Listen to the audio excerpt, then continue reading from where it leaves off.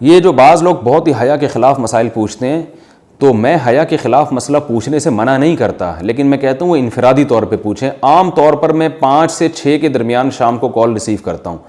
تو وہ پھر اسی طرح کھلے عام جو ہے نا وہ ریکارڈنگ اس کی ٹھیک نہیں ہوتی، کیونکہ گھروں میں سب اجتماعی سطح پہ بھی میری یہ چینل سن رہے ہوتے ہیں، خواتین بھی بیٹھی ہوتی ہیں،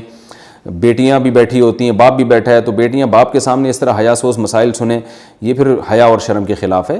تو وہ الگ، وہ ٹھیک ہے شریعت کے مسائل میں حیا نہیں کرنی چاہیے، لیکن جب ایک ایسے طریقے سے آپ مسئلہ پوچھ سکتے ہیں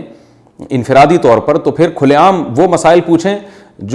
جس میں جو حیا کے خلاف نہ ہو۔ تو میں مسئلہ پوچھنے، کیونکہ میں نے ایک دفعہ اسی طرح چینل پہ کہہ دیا کہ بھائی حیا کے خلاف مسائل نہ پوچھیں، تو لوگوں نے کہا پھر وہ مسائل ہمیں پتہ کیسے چلیں گے؟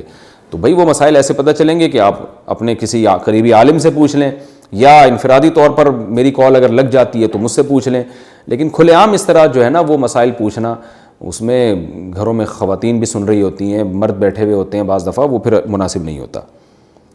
میرے چینلوں کا، میرے بیانات کا لوگوں نے بڑا غلط استعمال کیے، بہت سے ایسے